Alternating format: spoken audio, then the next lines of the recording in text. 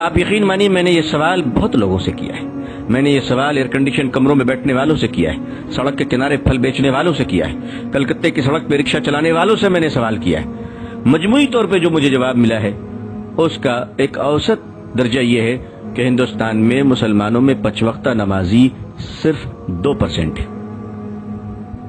صرف 2%. جمعے کے نمازی 5% ہے. رمضان کے نمازی اس سے زیادہ ہے, الوداع کے نمازی اس سے زیادہ ہیں, اور عید کے نمازی اس سے زیادہ ہیں. میں آپ سے پوچھ سکتا ہوں کہ 20 کروڑ مسلمانوں میں 2% نمازی مسلمان مسجد میں آتے ہیں. 98% مسلمان کہاں ہیں؟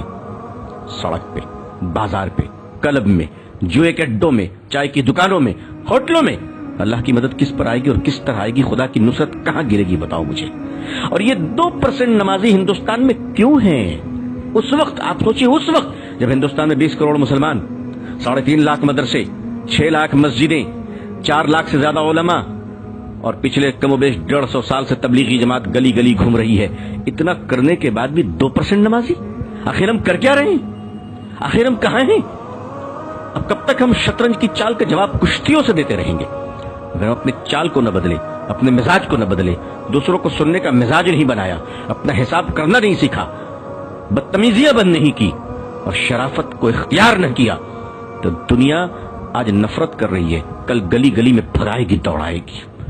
اس دنیا کو نفرت اسلام سے نہیں ہے, اس دنیا کو نفرت مسلمانوں کے بیڈ کریکٹر سے ہے, مسلمانوں کی بدتمیزی سے ہے, مسلمانوں کی بد زبانی سے ہے. مجھے معاف کیجیے گا, میں سخت بول رہا ہوں, لیکن میں کیا کروں, میں کیا کروں. کوئی شادی کا منڈپ نہیں جا میں گلے مل کر مبارکباد دوں. میری قوم بارود کے ڈھیر پہ بیٹھی ہے, قوم کے ہزاروں جنازے تیار ہیں. میں محبت کی باتیں, سہلانے کی باتیں, چودھریوں کو سمجھانے کی باتیں, مالداروں کی خوشامد پسندی کی باتیں میں نہیں کر سکتا. جو قوم, اس قوم کا المیہ یہ ہے کہ جھوپڑی میں رہنے والوں سے لے کر محلوں میں جینے والے مسلمان سب کے کیریکٹر ایک ہی ہیں, کوئی فرق نہیں ہے. کیریکٹر کی سٹائل الگ ہے. غریب جھوپڑیوں میں اور سڑک پہ بیٹھ کے بدتمیزی کر رہا ہے, جوا کھیل رہا ہے, اور مالدار کمروں میں بیٹھ کر انٹرنیٹ سے برائیوں کا بازار گرم کر رہا ہے. دنیا میں ہم کہاں پہنچ گئے؟ ہمیں اپنا احتساب کرنا پڑے گا.